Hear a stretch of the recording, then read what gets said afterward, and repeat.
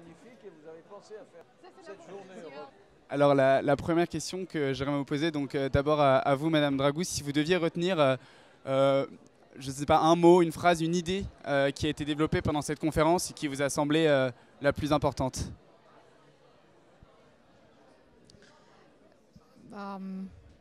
Le mot, c'est l'avenir de l'Europe. Et la phrase, c'est qu'on partage les mêmes valeurs au niveau de l'Europe.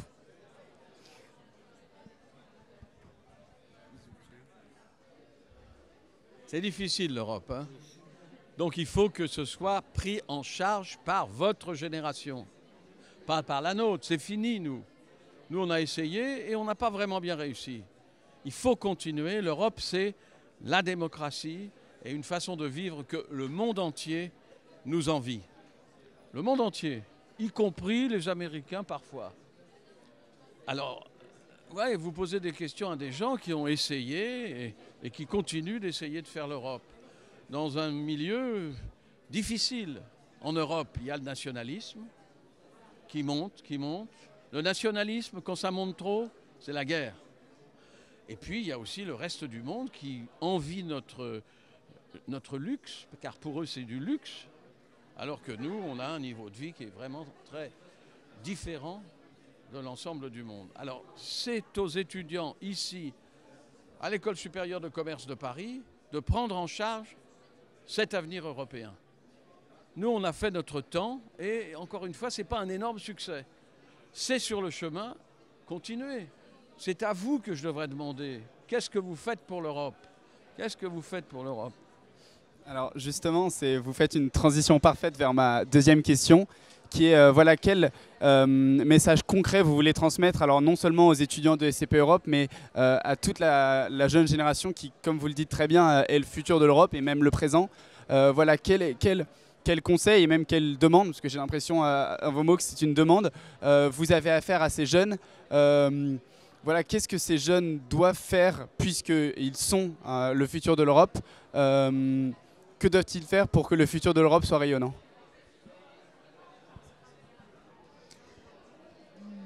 Donc, vous êtes magnifique. Vous êtes assez jeune et vous avez passé avec nous quelques heures aujourd'hui. Vous avez travaillé pour cet événement ici. Je suis vraiment impressionnée. Je suis sûre que vous prendre en charge l'Europe.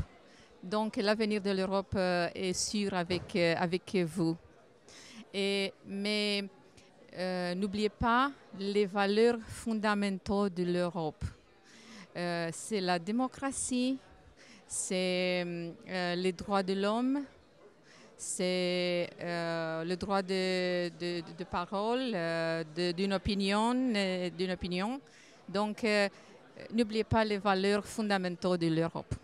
Merci. Je vous remercie beaucoup pour m'inviter aujourd'hui.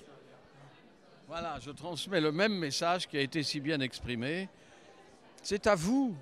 On ne peut pas vous dire, on ne va pas vous inscrire à l'Europe. Vous êtes européens. Exactement pour les raisons qui viennent d'être dites. La démocratie, les droits de l'homme, qui ne sont pas exactement les mêmes avec notre entourage. N'est-ce pas? Que ce soit l'entourage vers la Russie, que ce soit vers l'Afrique, que ce soit aussi vers les États-Unis. Il y a une valeur européenne qui est fondée là-dessus, sur l'expérience des guerres énormes que nous avons menées. D'abord, il n'y a pas de guerre en ce moment dans l'Europe. Il y en a partout. Donc il faut absolument maintenir cet élan européen, cet effort européen. L'effort, c'est vous qui devez le faire.